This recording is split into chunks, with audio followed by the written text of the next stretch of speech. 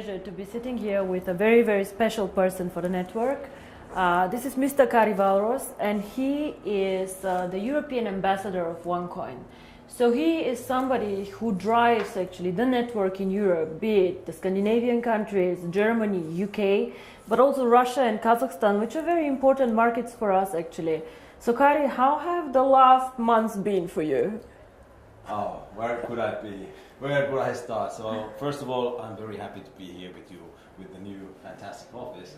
But since I started my travel as an ambassador, it has been an amazing journey for me. I've been a kind of a rock star in this industry long time, but actually this is created me first time in my life to be a little bit humble, but absolutely honorable to have to work with the people, because I never seen so many happy people in my life ever. So wherever I arrive, people are happy and smiling and very polite, and it feels like a big family which is being created all around. So it's been an amazing experience so far. So I know you want to ask me some questions, but before we do this, I want to ask you one. We all know that I'm more a financial person and not so much in the network, but share with me, why do you think people like OneCoin so much? What is the reason that they get excited by the concept and like it? I think first thing is because there are no demands. It's, you can join and you are not asked to do anything. That is something that people are attracted to. And once they get the right information, which is, by the way, not really available because there is so many wrong information, but once you give them the right information, it's so simple and clear and understandable. And I think because there is no demand and people see that they belong something. Mm-hmm. They belong something bigger, and this is how I think it is the most important thing. Well, this makes me, of course, very, very happy. Now, you want to ask me a few questions, so go ahead. Well, of course, I work basically in Europe and CIS. So, what Europe means to OneCoin? Well, Kari, we started actually. OneCoin was when we started. It was strongest in Hong Kong and in China. So we opened the first office in Hong Kong, and we received huge support from these markets. China is a very, very interesting country. They love innovations, they love cryptocurrency, and they supported us in the beginning very, very much. Then when I speak about cryptocurrency and the users of cryptocurrency, I believe the emerging markets will be the users actually of cryptocurrency, not so much Europe, because Europe is spoiled. If I want to send money from Bulgaria to Sweden, it's very fast, it goes really, really fast. Or the guys from Germany to UK. It is not that difficult, like for example from Singapore to India. But what for me is special about Europe is Europe normally are the earliest adopters to any technology. Very, very sophisticated people who understand innovation, who are the first ones trying it out. So whenever they get excited about something, it gets quite big actually in the world. All the iPhones and all this, they started in the US, but the Europeans also like this a lot. And I think the European market currently gives us huge support to roll out to the emerging markets. Even if they do not use the cryptocurrency so much, they practically enable all these people who will join later in Africa and in other markets to use OneCoin. For example, let's say you hold 10,000 OneCoins, and in 3 years you decide to sell a part of this. Your buyers most probably will come all from emerging markets, because these people, they do not want to buy the currency as an investment, they want to buy it as a payment system, as a carrier of value. So for example, maybe some Indian person will buy 100 OneCoins from you in Singapore to be able to send this 100 OneCoins to his wife in India. And this is why I think Europe is extremely important. You cannot build a global currency, fast, borderless payments without Europe. We are one of the most developed markets out there, and I have huge support here. A lot of the leaders come from Europe, and I think this is one of the most important markets that we have actually. All right, well, I'm working in an area that is pretty much known as a wealthy area. Europeans are a wealthy country, and also Russia, Kazakhstan, Ukraine, it's really wealthy countries. And they asked me the questions. Well, I know how I answer, but what is it? Because they are limiting the coin sales.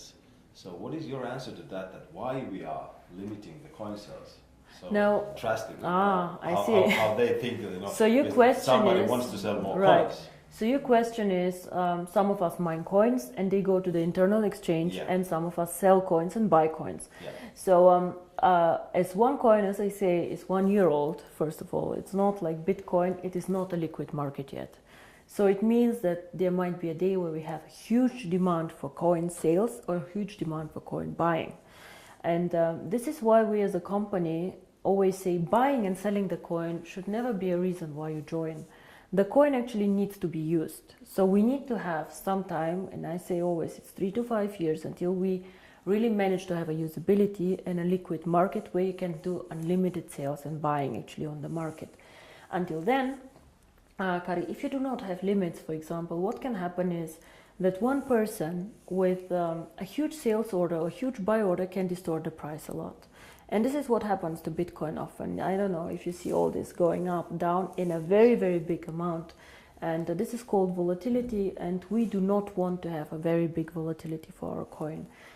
People do not understand how it can be that Bitcoin today is worth $500 and tomorrow only $400 within a day.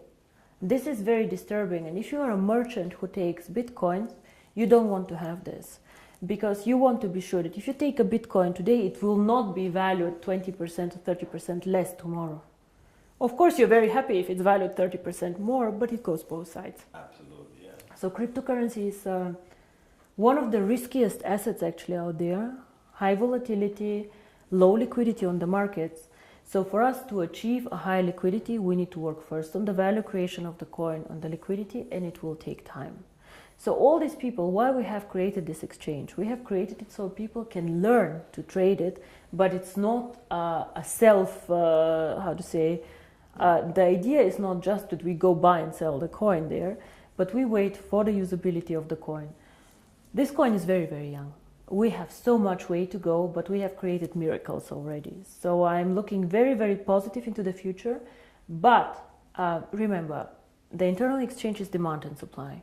So you have to find somebody who wants to sell coins to buy, and the other way around. So the company itself is not obliged to buy back your coins or to sell your coins. If I don't have coins, I cannot sell them. Yeah? And as a company, we do not buy back the coins. So it's always you selling your coins to somebody else or somebody else buying from you. Don't forget also a bit the time differences. When China sleeps, you're awake, and so on. So sometimes, as I said, the market is not liquid and not efficient yet. And then the other question is, which relate to that, is that how is the value created? Now, there are two questions I think inside here. First is what is the value of cryptocurrency, and the second is how do we determine today if one coin is valued €1, €2, or €5? Yes. So we have a concept which is called mining difficulty. And there are calculators out there on the internet for Bitcoin. Everybody can Google them. You just Google Bitcoin mining difficulty calculator and you see how this is calculated. It's a very, very simple thing. You calculate, one is electricity costs for the mining, and the second is computer power. So to mine a coin, you need obviously a computer to do some calculations and electricity to get the computer running. So depending on these two things, the mining difficulty grows or goes down. It goes both ways. It can go up, it can go down. The more miner join, however, the more people who want to mine, the higher the mining difficulty goes. Because more of them are in the pools. And this is, of course, what happens to one coin. So you can simulate this with these calculators. It's nothing that one coin invented. And this is how we today measure the value of the coin. Yeah? So we say if it costs us €5 to create the coin due to electricity, the servers and the computer power, this is what we think is the appropriate price. Of course, it fluctuates up and down based on demand and supply, but always in a corridor actually that we have set. So this is how we determine the price today. And the second question that you had actually is, but one day we go to the open market, so how do we know what is the value of this cryptocurrency? Why is Bitcoin worth $400 and not 1,000 or whatever? And here, in my opinion, there are two things how we determine the value of cryptocurrency. Cryptocurrency is not backed up by anything. We know this. So it's actually worthless. So it's not backed up by gold. It's not backed up by any other asset. OneCoin is not backed up. Yeah? Bitcoin is not backed up. But there's still value inside, and I tell you why. One is, first of all, the brand. Bitcoin currently have a very strong brand. Everybody knows them. They were the first one. Of course, there are always good and bad things about the brand, but they are very well known. Milka Chocolate is a very well-known brand. Procter & Gamble are a very, very strong brand. So the more people joining OneCoin and the more people speaking about OneCoin, the stronger our brand becomes. And this, I think, is something that makes us really a family, because if you go in the network marketing approach and go and sell shampoo, it does not make you stronger if somebody on a sideline sells shampoo. Only your downline makes you happy. But here, if another team makes OneCoin popular out there, this makes also your coin stronger and your team stronger. And this is something very, very special about OneCoin, I think. And so the brand. And we have currently about 2 million paid members. In the database, we have over 10 million people who know about OneCoin. So we for sure have more users than Bitcoin, for sure. We are different, we are in a different system, but there are 2 million people who tomorrow could start using the coin if we want to. And this is great. So this is one part of the value, but most people use Bitcoin currently as value storage, like gold. I put it in the safe and I keep it there, which is okay, but a bit of a dangerous concept. Everything that goes up can also go down, and you're not special. You know, and if you're not special, why use OneCoin? Why not use 2Coin, 3Coin, dark coin, who knows? So we are probably one of, or probably the only company who focuses so much on usability of cryptocurrency. Why cryptocurrency? How can it change the world? And our two slogans are the future of payments or join the financial revolution. We believe that actually cryptocurrency can be a vehicle for money transfers. So for example, as you do Western Union transfers, you can use cryptocurrency to do a transfer. Fast, borderless payments. And there's a huge demand for this. 2 billion of people have no bank account. 2 billion. Of course, we cannot capture all of them. But again, if we capture only 10 million or 100 million people, it's a network. It grows so fast. We see what happened. You know, December 2014, I was sitting at my desk and I had a bet with Per Carlson, who is not here anymore, if we will manage to have 10,000 people. And we did a huge celebration with 10,000 people. Today we have 2 million after 12 months. It is incredible. And this is the network effect. The more people know about OneCoin, the more they will come and the stronger the brand becomes. Everybody talks about MLM today, that it's pyramid, whatever you call it. For me, I have worked with this for a very long time. For me, it's one of the biggest industry today in the world. But if I ask you, why did you choose to do MLM, to build this company up? I know that you have a background in financial everything, but why did you do this? It was not an easy decision, first of all, to do network marketing. When I started OneCoin, my vision was to do cryptocurrency. And outside in the industry, I did not know the industry well, to be honest. I knew some people who were working there and who are either personal friends or good acquaintances, so who I trusted. But what I saw in the beginning were some companies who really went bankrupt in a bad way, owing money to their members, money to their people. But I also saw some mainly product-based companies who were doing a very, very good job out there and an impressive track record. So I saw that not everybody is bad or not everybody is good. So it's an interesting industry. Why I chose it for my cryptocurrency? I believe that we as a cryptocurrency can be only successful if we have many users in a global network. And to be honest, I did not see a better distribution model for this. I did not see another way to attract people in to the cryptocurrency and these people to be spread out geographically so well. OneCoin can work only if it does cross-border payments. So if I have OneCoin only in China or only in Europe, it will not work well.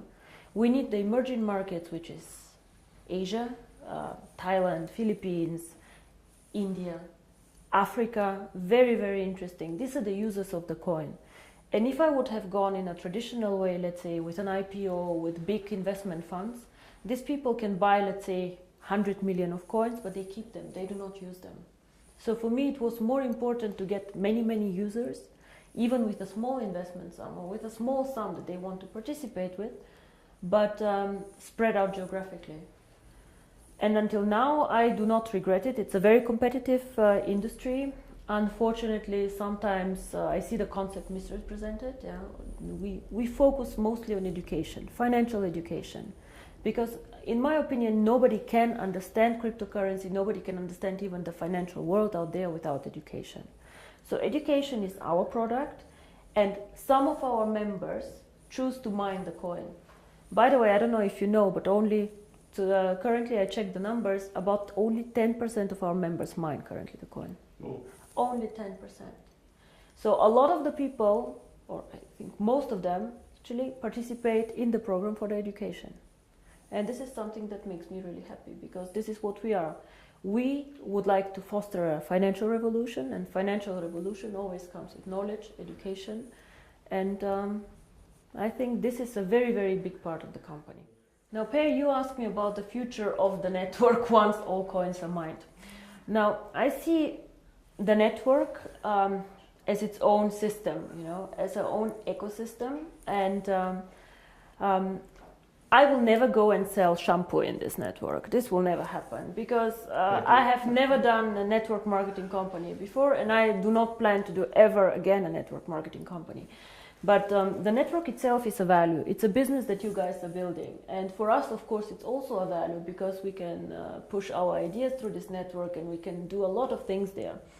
So to me, the ideal future of the network is to push, even when all coins are mined, the value of the coin.